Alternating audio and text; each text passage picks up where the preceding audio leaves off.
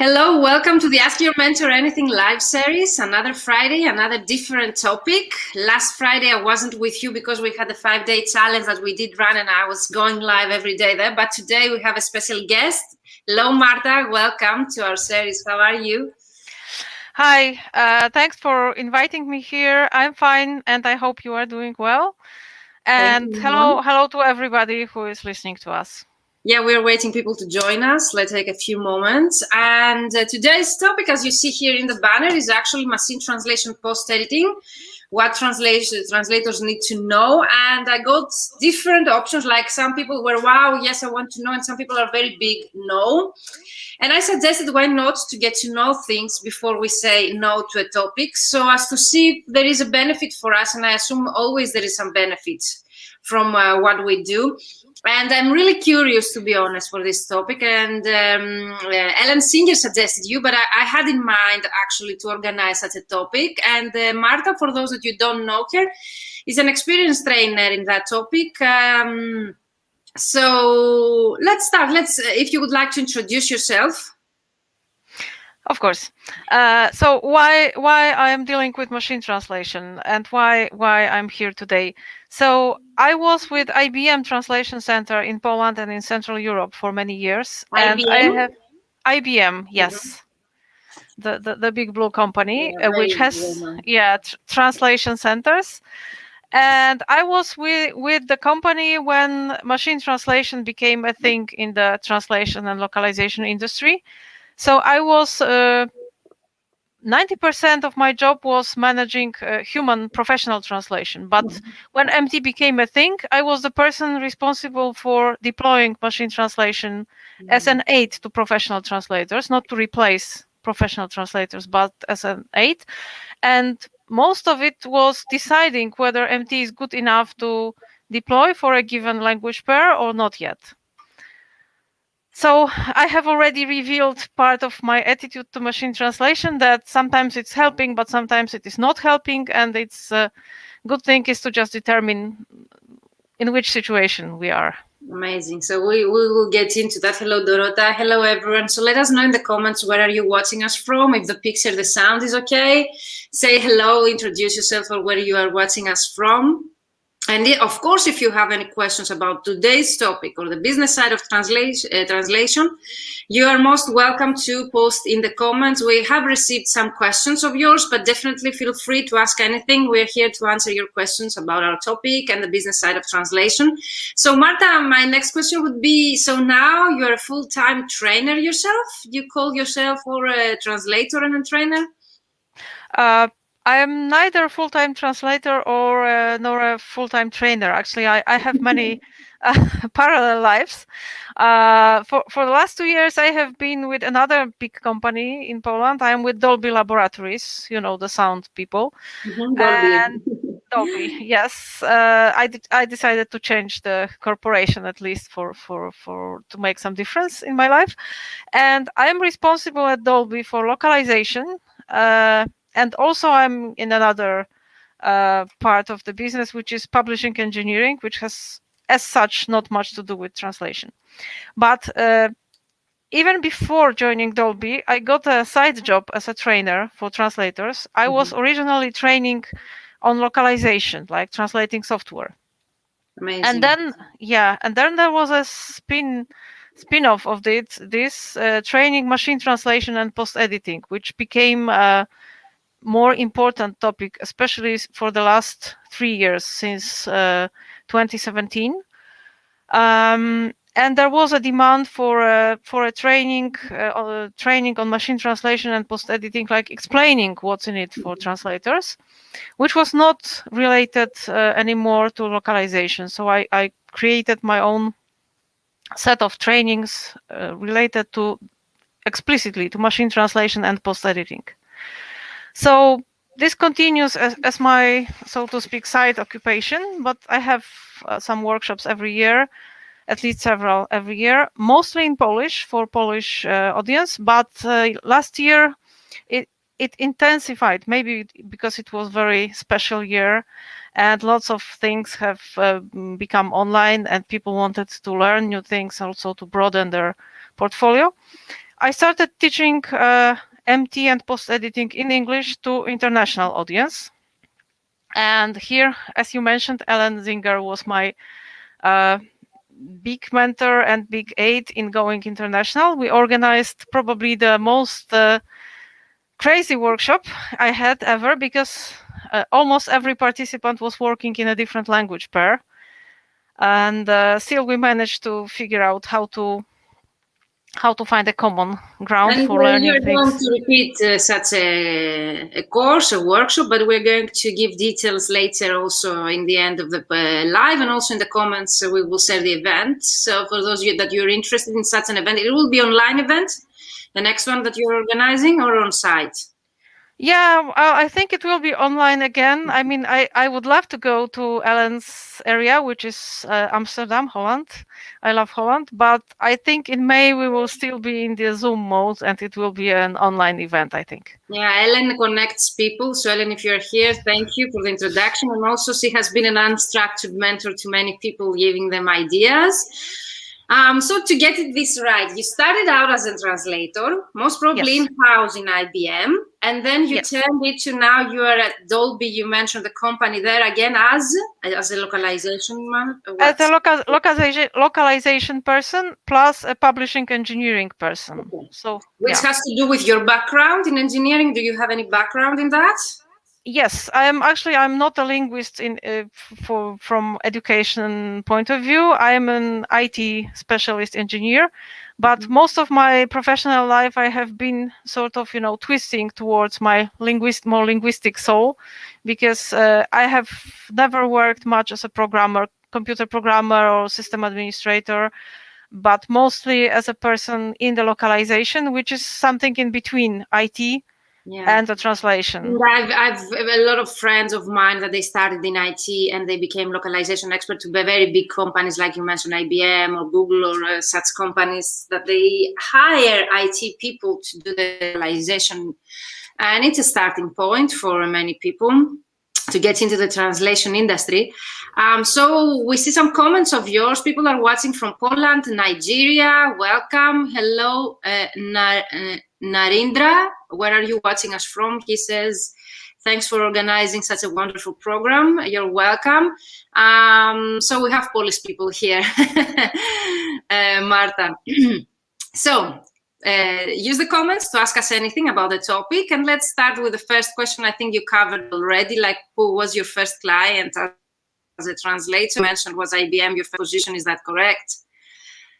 Yes, when I was still at university, there was a big demand for IBM translation, and my university colleagues, also IT people, but not fully educated yet. We started as a bunch of freelancers working for a translation company, for an LSP, which was IBM's subcontractor, and then I joined the world of IBM's documentation and IBM's localization. So that was my so technically my first client was a local language service provider, but they were mostly working for IBM. So that's how I turned. Amazing. People are joining us from Kenya, from India. Welcome, guys. In order to see your name, you need to click the StreamYard link you see above or below where you have the description box of this video, so as to be able to see your names in the comments. So next question was actually, if you remember any moment that you scale your career. You mentioned last year, for example, that you went internationally with your trainings, but I know that you are not the right candidate for such questions because you are not 100% a linguist or a translator yourself. But if you remember in your background any such moment as a translator? There were two moments which were scaling up in my. So one was very long time ago when I realized that I'm doing quite well in localization. That when I switched from plain documentation translation into software, I can join my two, my formal education in IT and my linguistic skills, and those fit together well, and I can do the localization. I see your face has frozen. So that was one moment. I see your picture is frozen. And the second important moment, I think it was when I was so the first important moment, yes, was turning to localization from translation, and the second important moment was quite recently when machine translation became a thing in our part of the world, and there was a big demand. That's for the last 3 years. There grew a demand for explaining to translators what it is, and those machine translation workshops became a business opportunity for me, but also an opportunity to really exchange knowledge and experience with translators. So with translators with different backgrounds and experiences, and sometimes actually every workshop brings questions which I don't know answers immediately, and it gives me some opportunity also to learn and to provide better value. Amazing. So you're a great model, if we can say, for someone that they can actually be in a different background, educational, but to be a translator and then also change careers into training. I don't know if you see the comments, Marta, on your screen. Hello, Heather. In order to see your comments, Heather, you know that if you don't click, we don't see your comments on StreamYard. As Heather says, hello, Virginia. Hello, Marta. So if you have questions, definitely use the comments below, and we're going to address them all later. And also Marta is going to share her screen as well to show us some things he has prepared. Okay, so you mentioned the scale-up moment, the moment you entered into localization, and you remember how did this happen? Like you were invited in such a position, or you were going after such opportunities yourself? Actually, in my case, I was invited because there was a need for a localization person in IBM Translation Center. So they were asking translators working for them who would like to deal with screens and the interface translation and scaling. So not just translating text, but something beyond that. And I said, why not? It turned out to be a full-time job at that time. So I would say this opportunity actually found me. I couldn't say I was searching for it very. Yeah, and sometimes it's better to live and to accept invitations and live the life to lead you to some direction sometimes, because I know many translators that they insist on going after a specific niche on specific clients, and they come to me and they tell me I cannot get clients in that niche, or I can I have no projects in that niche. So I tell them, maybe you should leave it a bit to the luck, like what projects come to you, what clients come to you. Sometimes it's even easier to get into one market and become established yourself as an expert. What do you think? Yeah, you mentioned becoming an expert. So the good thing is when you can join, so when you can link your translation skills with something you specialize in. Exactly. Be it machine engineering, be it medicine, be it other science, or I don't know, fashion industry. There is big translation market in the fashion industry. That would be the ideal. But sometimes we just study translation, so it's very difficult to find the different backgrounds to combine. But again, I see your point. Maybe you have a hobby, or maybe you have a side hustle, or something that you're very interested in. So then you can combine. Even if you do not have for example, yourself, you have an engineering background, or if you don't have a specific educational background, I mean. So yes, my colleague has become a localization person in a company, in a company which produces games for mobile devices, and the game is about fishing. So they need translators, and they actually work with translators because the game is localized into many languages. So they need translators who are familiar with fishing and fish names and fishing equipment and the techniques, because otherwise they will have to Google every single term. So if you are into fishing, it's surprisingly there's also a market for that. Yes. Yeah, the recent one I did in localization was casino and online card games. So I didn't know all of them. Okay, I play cards, but I don't know all the games, for example. But I managed to provide a great result, I think. So if they still cooperate with me, so I assume it was a great project that as well. Okay, so we answered about how you entered the market. How did you find your first client? How did you scale up your career by entering the localization market? So we see some questions coming up. We will reply them ASAP when we finish the introductory section.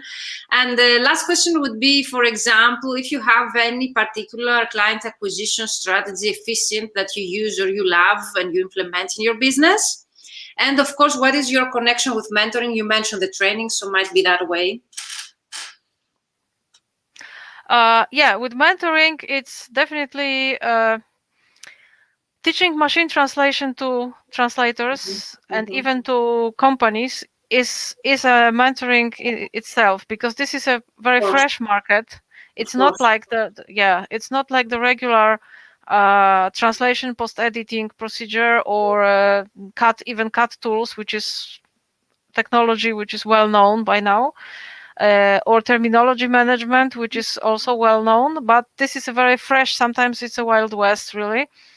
And my workshops often turn into some kind of mentoring. So I have to answer questions like how to convince my client that their MT is rubbish, or things like that, or how to deal with psychological effects of post editing, which can be very draining, and so this becomes sort of mentoring by itself.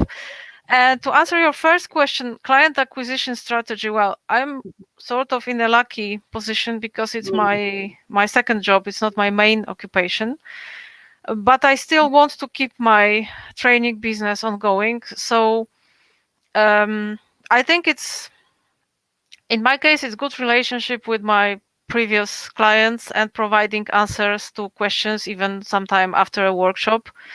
Because in my case, it's usually that one client leads to another. It's just the LSPs tell other LSPs. Yeah.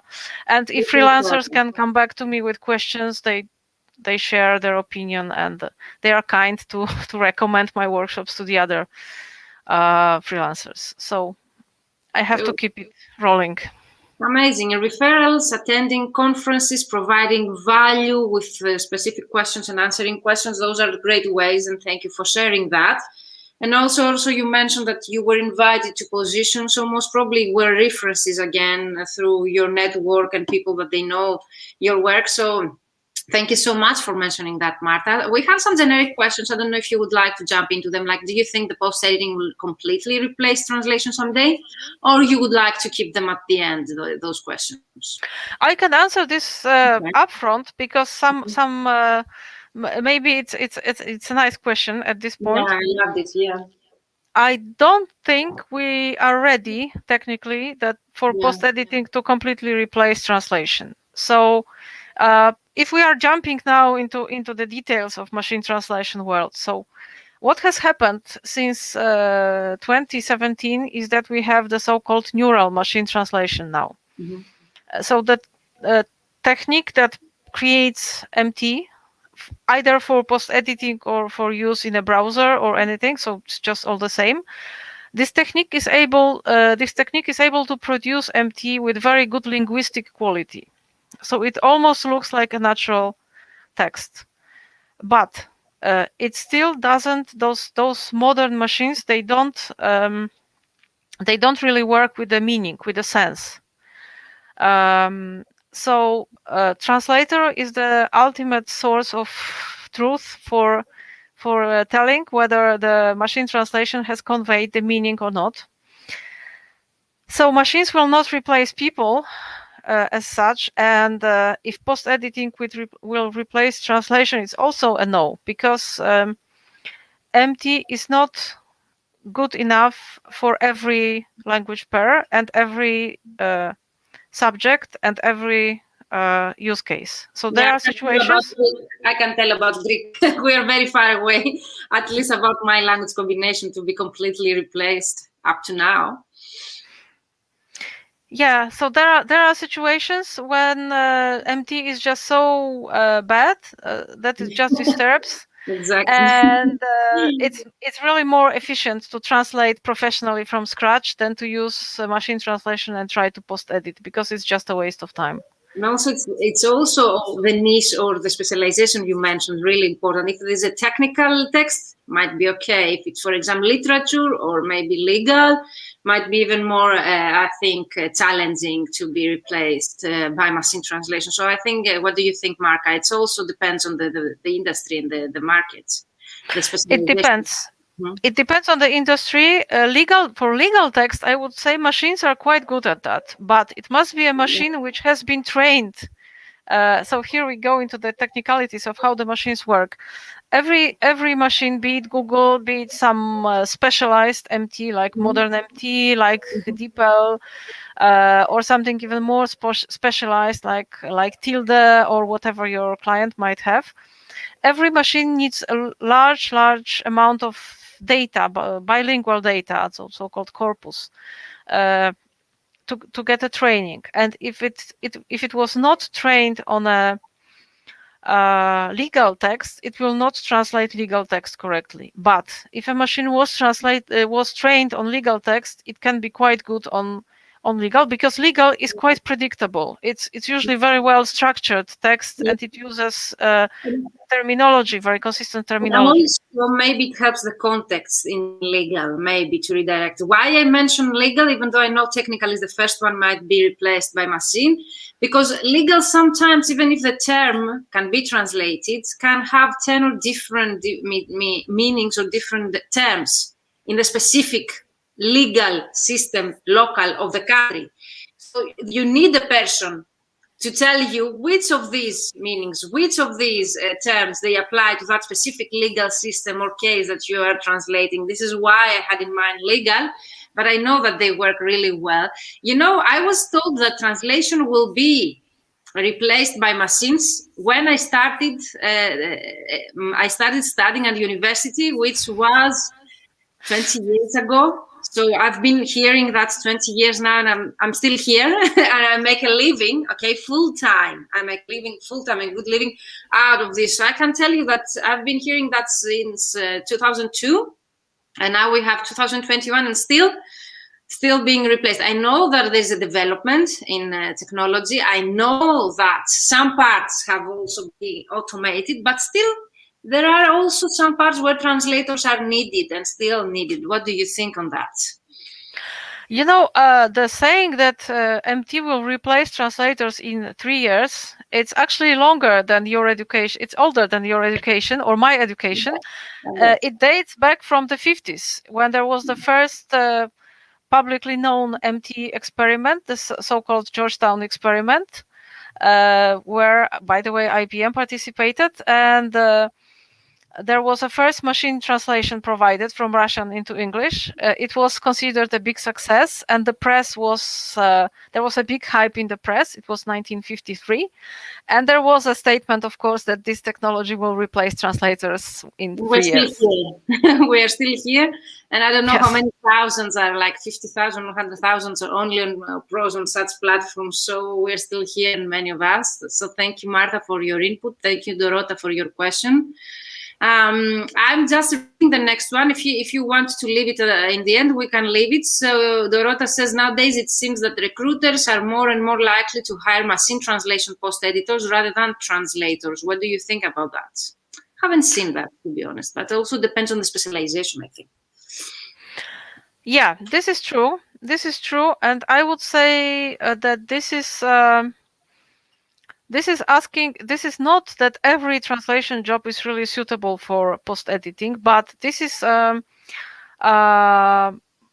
big localization translation companies, they want to have personnel who can do post editing on demand. So meaning that they assume that it's better if a translator is pre-trained and able to do post editing if needed.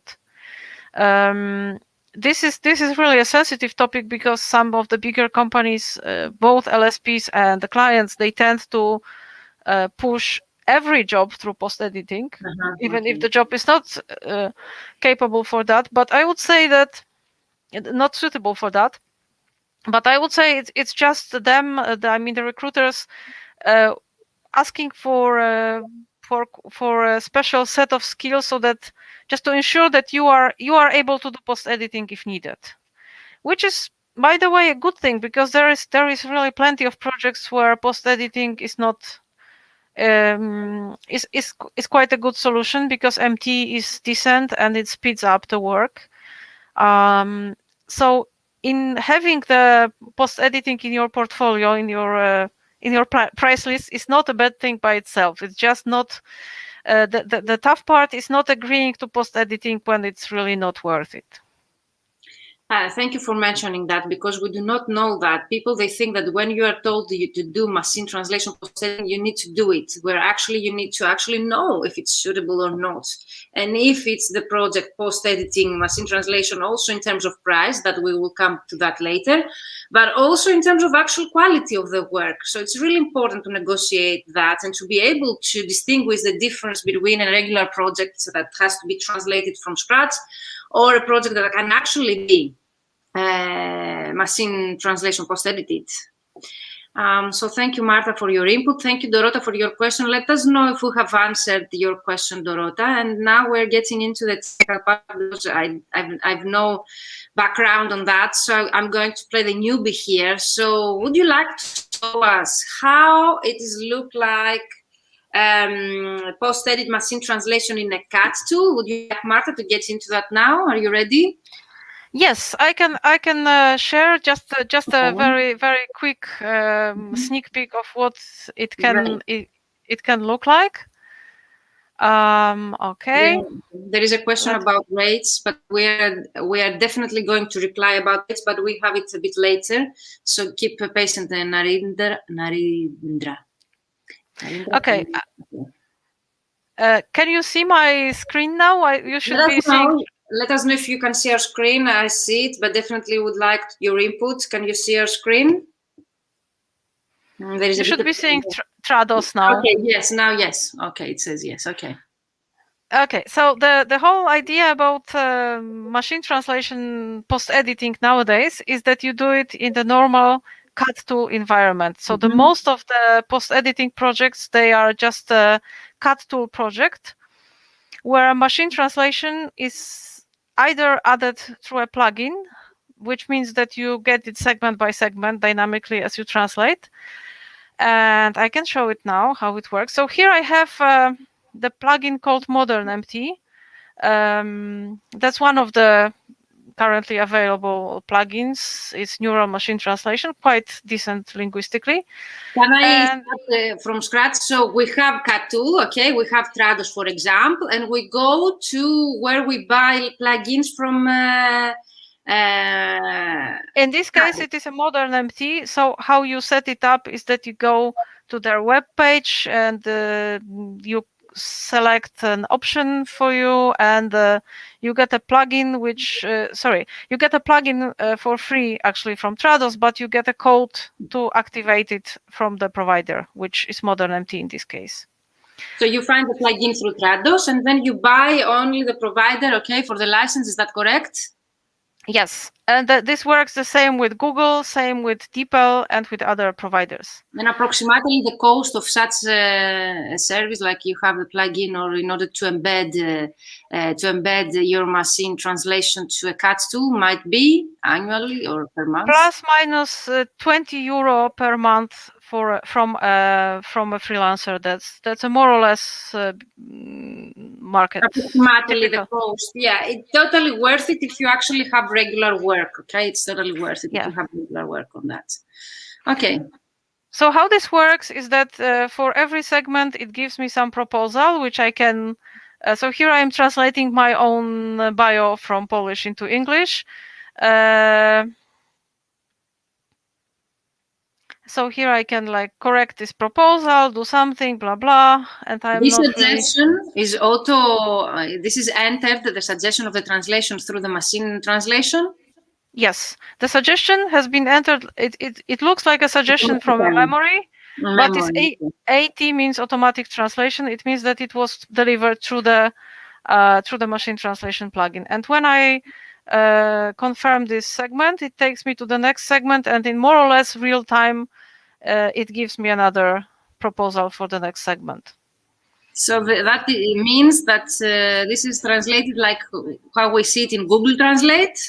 if I can say it in simpler words, like that is the result, for example, that we would go and use Google Translate, or is it something better?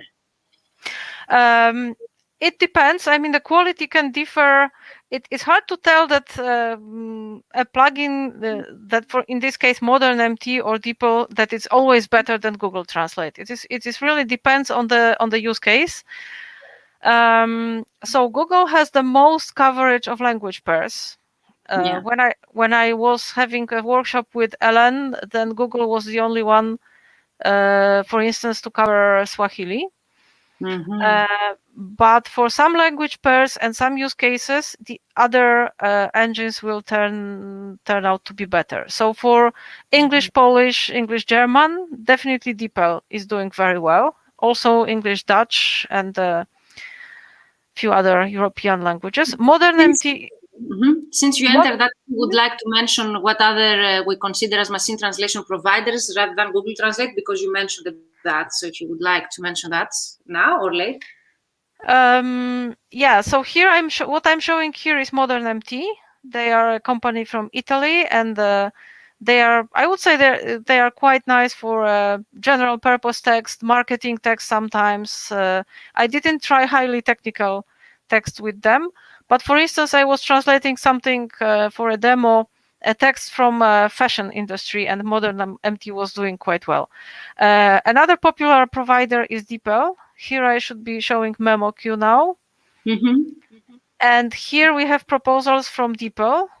Unfortunately, it doesn't cover Greek yet. They have very limited set of languages.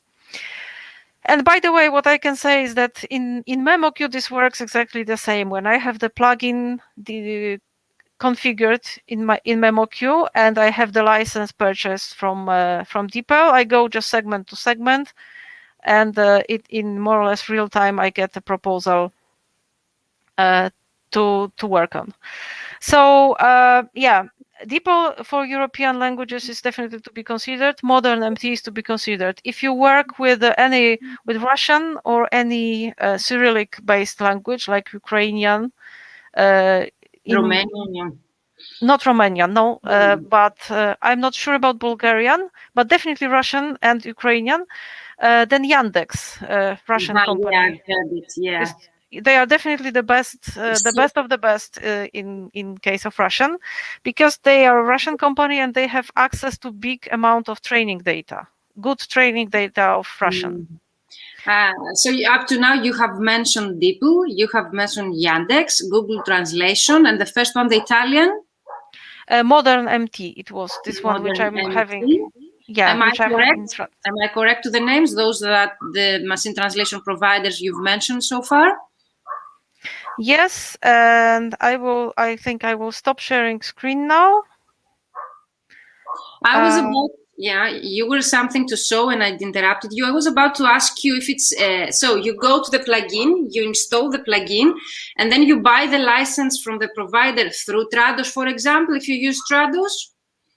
No, you buy, so let me show this for Trados. Yeah, you can show us also in the platform of Trados, where do you go to find the plugin and install it? If it's something simple, if it's something simple for you. It is very simple. So I assume that it's simple, yeah. It is configured under project settings. Can you see my Trados now? Yes, yes. So it is configured under project settings in the same place where you configure translation memories. Yes, yes. But so for instance, you have to have installed it previously in order to find it there, I suppose. Yes, so you are here under use, you are selecting the plugin, and the plugin you have to install from SDL, their online shop, but the plugins are free. So here you found the plugin and then you put the API key that you buy from the provider. Yes, so the API key is the paid thing, and here let me show you the...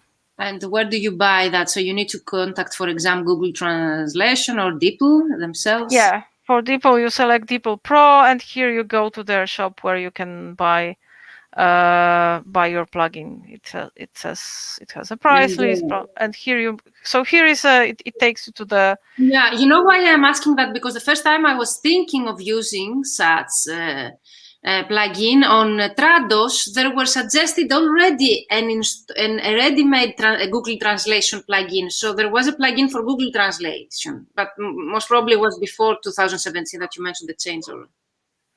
I see that Google Cloud Translation API is on the list of available plugins here in Trados, but I don't have API key for Google myself. I don't have a Google license at this time.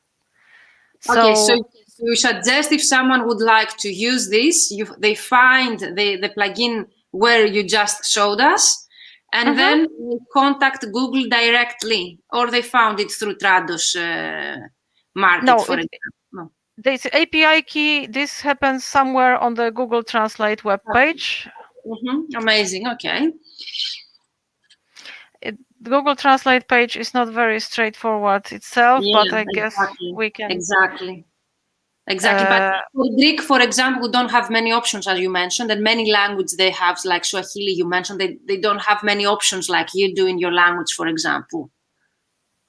Yes, for Swahili, it's really hard to find a choice of empty plugins. I mean, the empty engines that would support it. Definitely Google has it, and I had it tested on Ellen's workshop, but by one native speaker of Swahili, and his opinion was that it was not quite good, but it was usable. I mean, it was not a rubbish translation. So something to start from. I saw a question here, if I may. Yes. I see many. Which one you would like? Yeah, I saw a question about Indian regional language, about Hindi, English, and so on. What do you, Indian regional language, for example, Hindi, English, Hindi, Italian, what do you think about it? That's it? Yes, so I have to admit that I wouldn't be able to recommend a plugin because I don't speak Hindi, I don't translate Hindi. But I know that for major languages of India, starting with Hindi, but also for the other ones, there is some research and there are some practical work of MT. I'm almost sure that DeepL covers English, Hindi. And one other provider where I would look for something more specialized is called Omniscient. Previously it was Asia Online. That's a machine translation provider which operates mostly on the Asian market. Yes, and I would be surprised if they don't have something for Hindi. But here I don't know their prices. Yeah, but do you think we could share the names of those that you've mentioned already later in the comments below, so we can share along with the details the names that you're welcome, Narendra. We can share later in the comments the names, okay? If you would like to find them. We will write them down. And two other to mention is definitely Microsoft. However, for the quality of Microsoft's MT, it's more or less like Google's or a bit worse sometimes. It is depending on the use case. It might be useful, might be not quite. And another big one is Amazon, AWS. And Microsoft also. You mentioned Microsoft? I mentioned Microsoft, but from the generics, from the big ones, I would say Amazon is doing recently much better in machine translation. But that's again the question of language pair. Yeah, they don't have Greek, I suppose.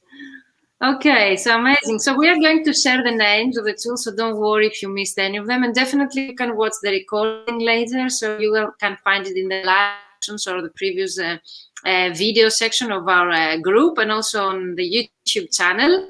So you can go back and watch the recording if you missed or you want to find out some more information. And of course, we are going to share them in the comments later afterwards, because Marta is a member of our Facebook. And definitely you can ask Marta directly if you want something specifically.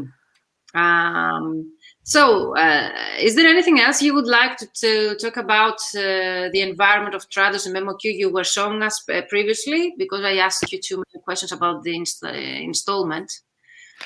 So, okay, I can share screen once again and show something else which you might come across, which you may come across in projects.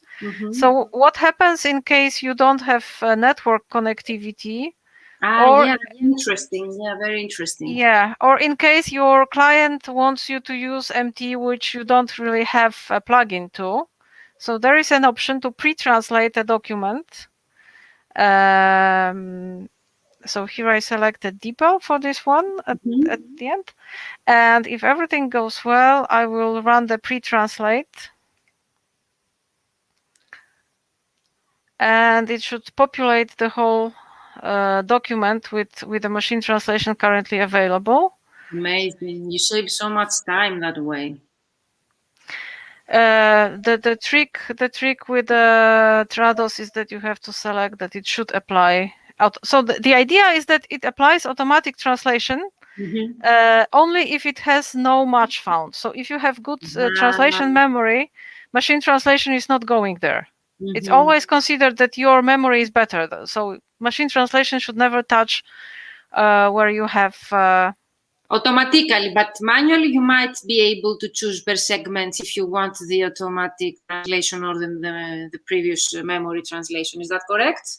Yes. Okay. Yes. And here I have the whole file pre-translated with machine translation. So I don't know how good it is or bad, but at least I can save it and make a package for another translator who doesn't have a DeepL plugin, or I can translate it when I'm offline and post-edit when I'm offline.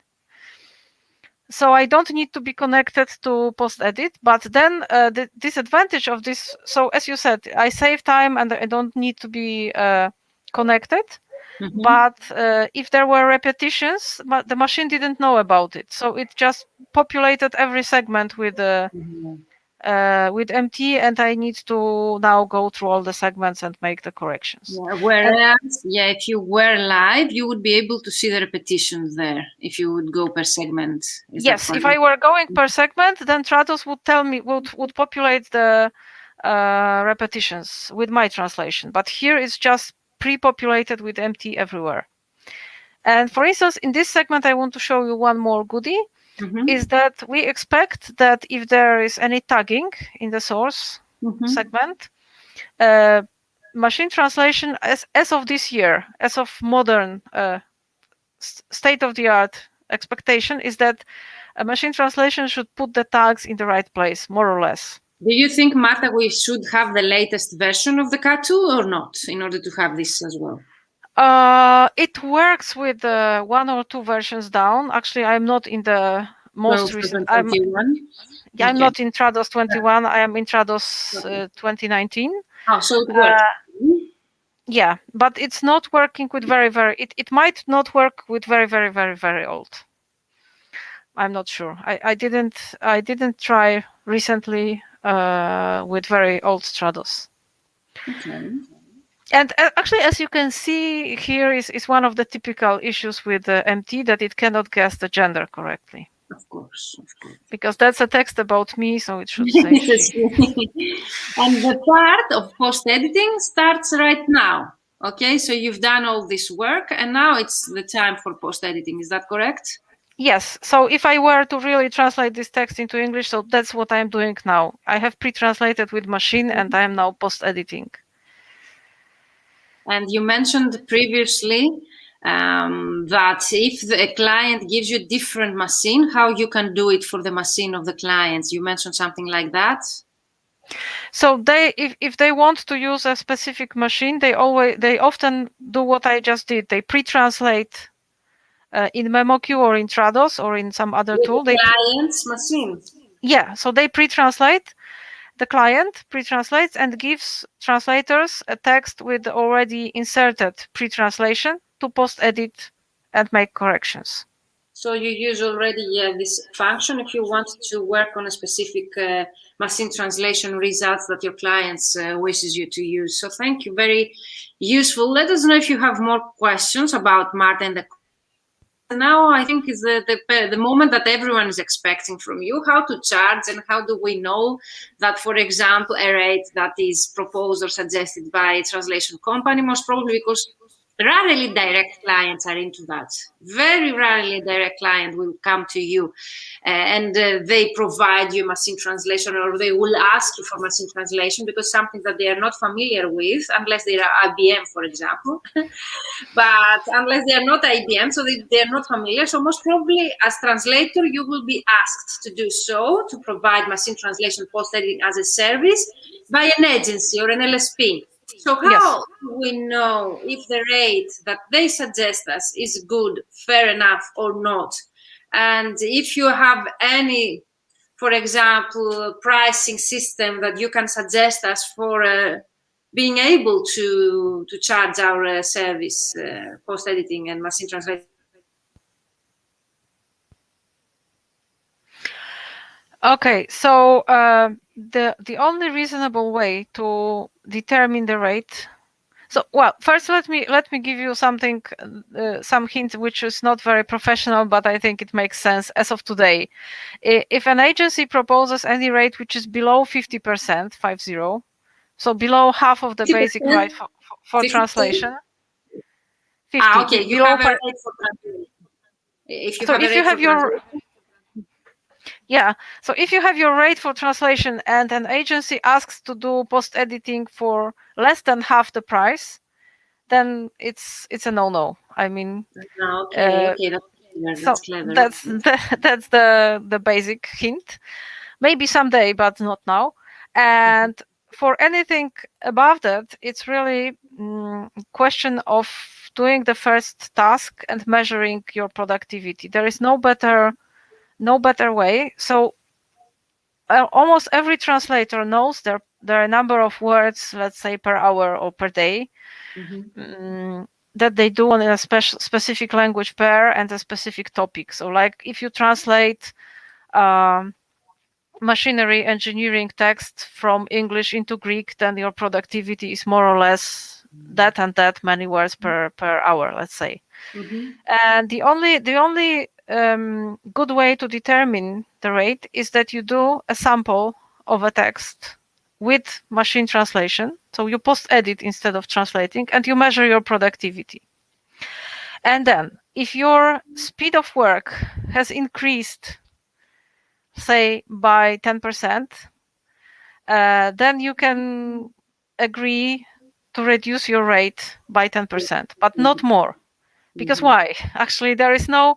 So the only reasonable way is to calculate, to compare your speed of work, your productivity with MT and without MT, and see if it compensates for the decrease of rate.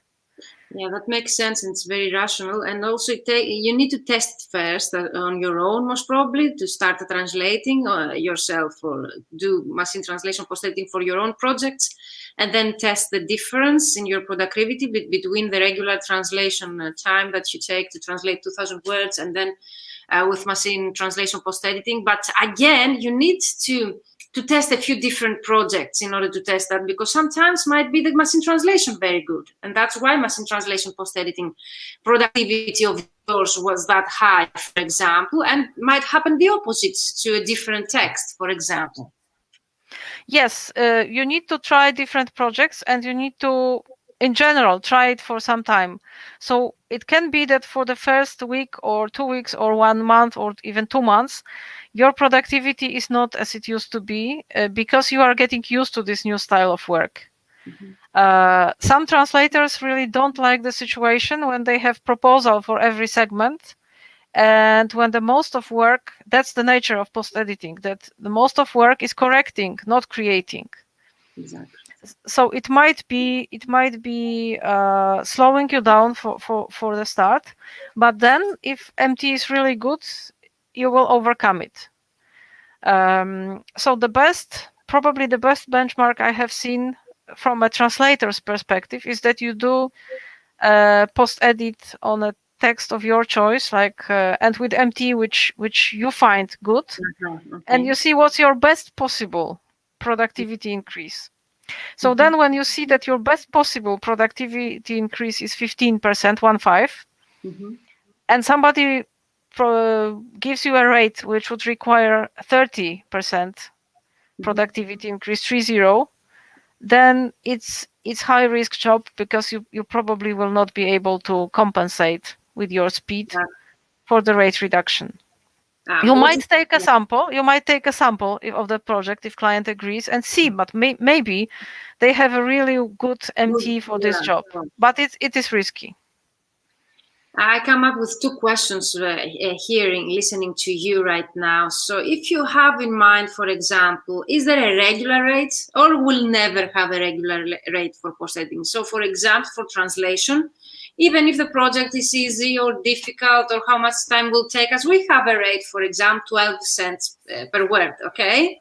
So there is a flat rate there, more or less, okay? But we have a translation rate, but listening to you, I realized that for post-editing, we cannot have such a rate. It always depends on the machine translation quality and the specialization and our translation rates and difference between our productivity. Is that correct, or am I mistaken?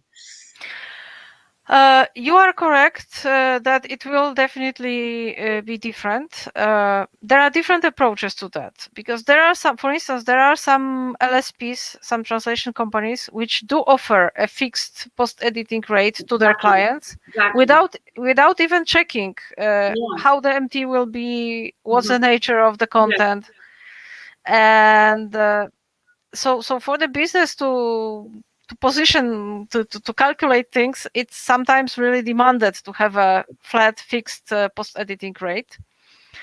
So there can be different approaches to that. There can be like approach that, okay, I have a recommended post-editing rate of 90%, 90% of my regular rate.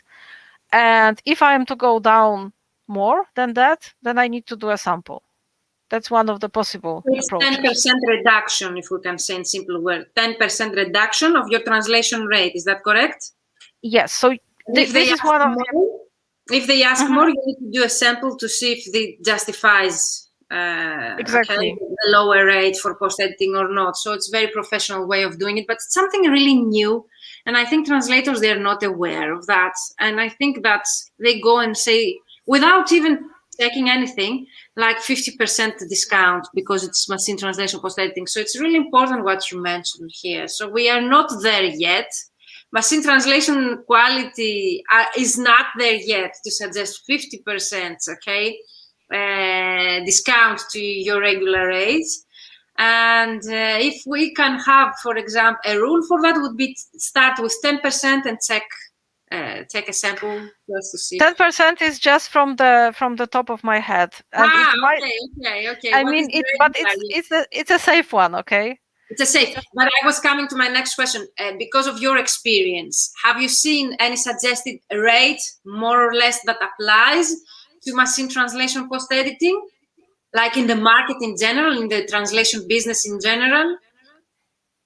I have seen two. I would not answer directly. I have seen two researches recently. One was just the research, plain research, and the other one was one of the translation companies claiming how they count their post-editing rates.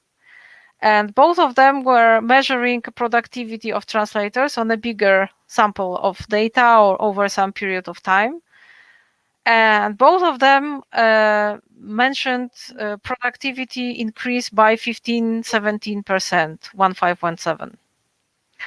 And so the productivity measurement in the experiment was not related to payment, because in that case it was full-time job translators, not freelancers.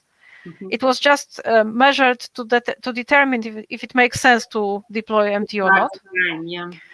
And it turned out that yes, it pays off, because they increase their productivity by 15%, but not 50, or not something bigger.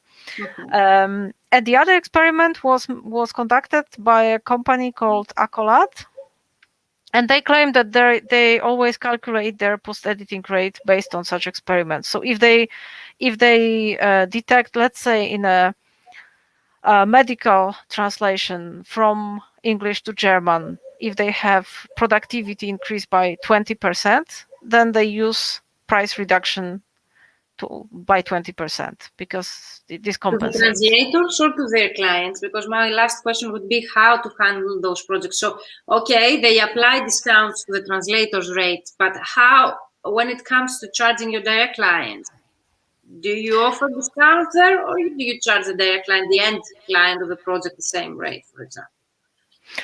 I would say in that case it was about paying translators, and about end client, I guess it depends very much what they expect. If they are knowledgeable enough to ask for discount, then I would recommend the same logic, that if MT can speed up this job, then yes, but if MT cannot really speed up this job, then there is no point for discounting.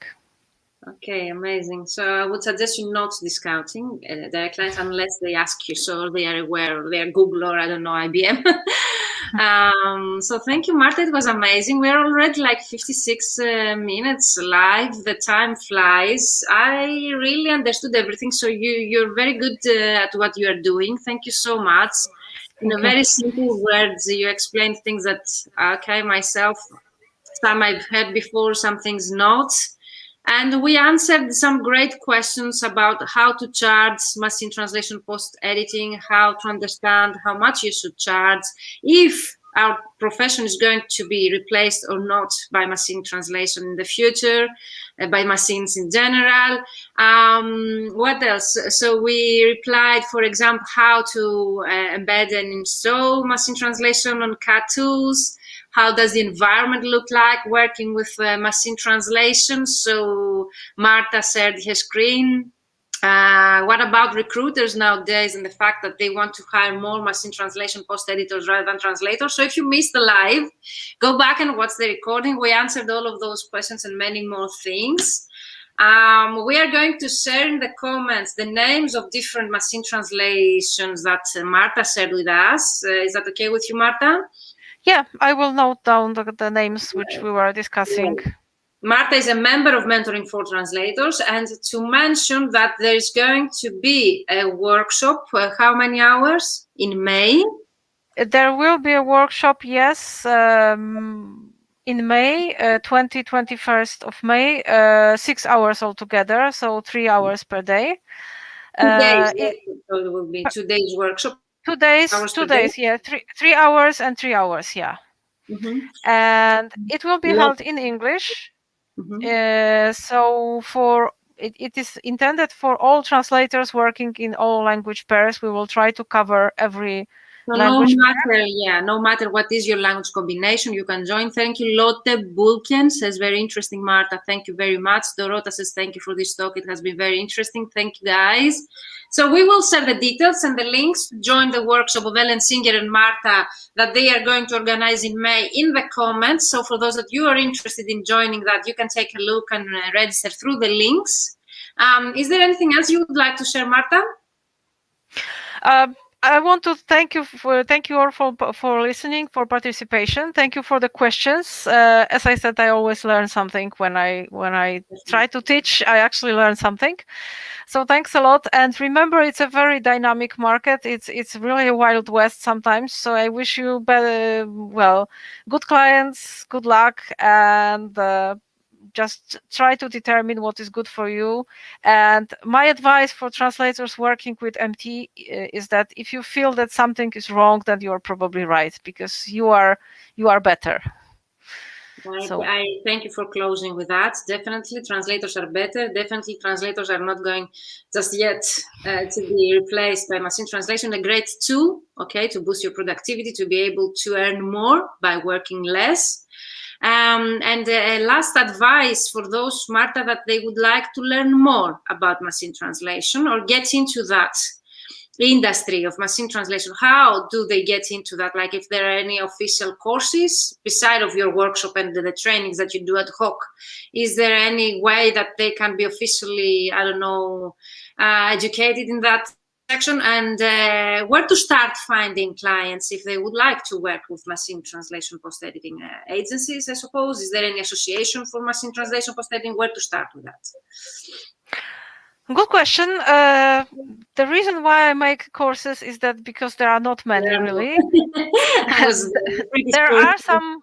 Yeah, there are some post-editing courses. At least I know of them in Poland. I wouldn't know abroad, which are not my competition because they are focusing on a bit different aspect, which is teaching to post-edit. I mean that you have a proofreader correct after your post-edit.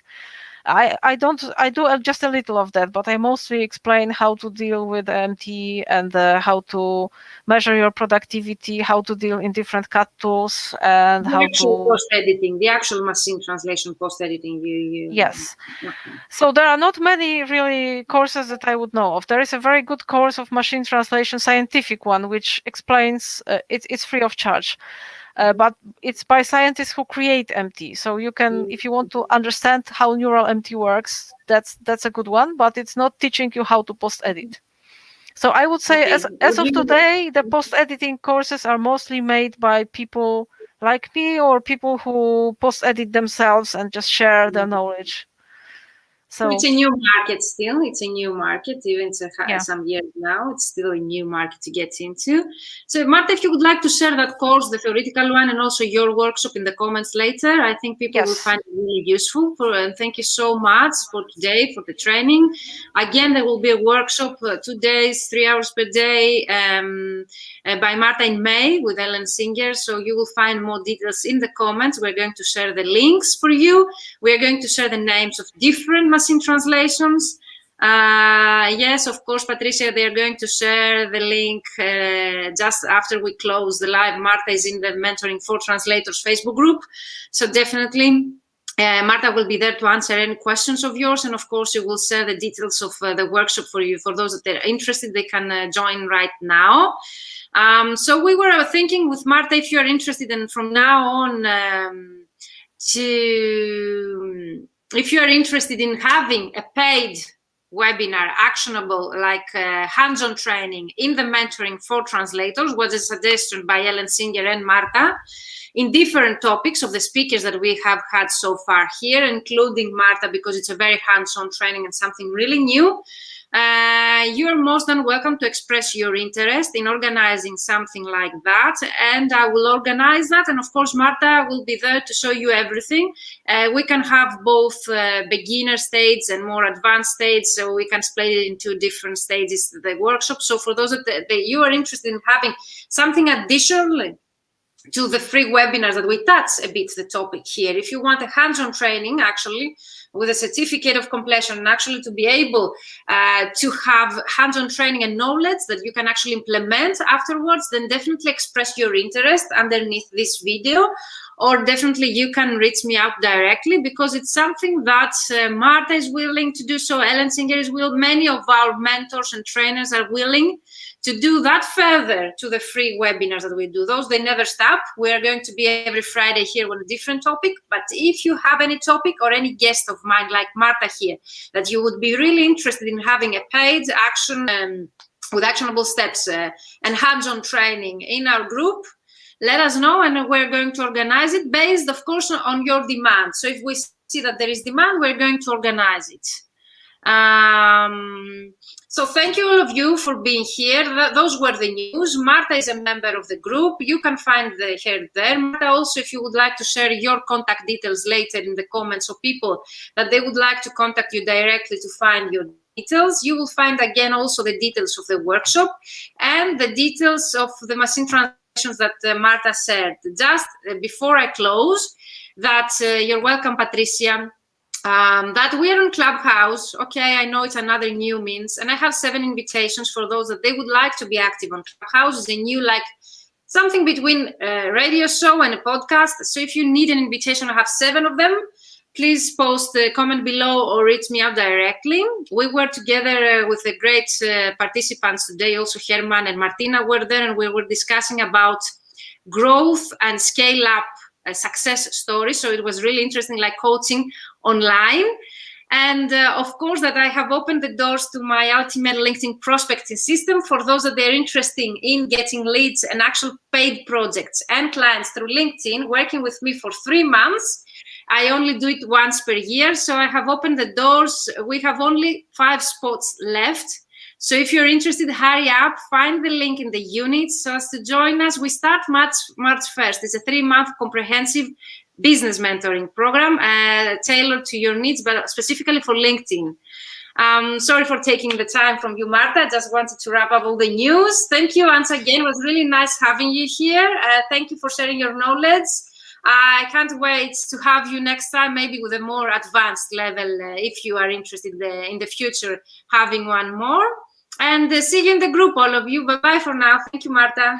Thank you very much for having me here, and thanks to the audience. Thank you, all of you. Bye-bye. So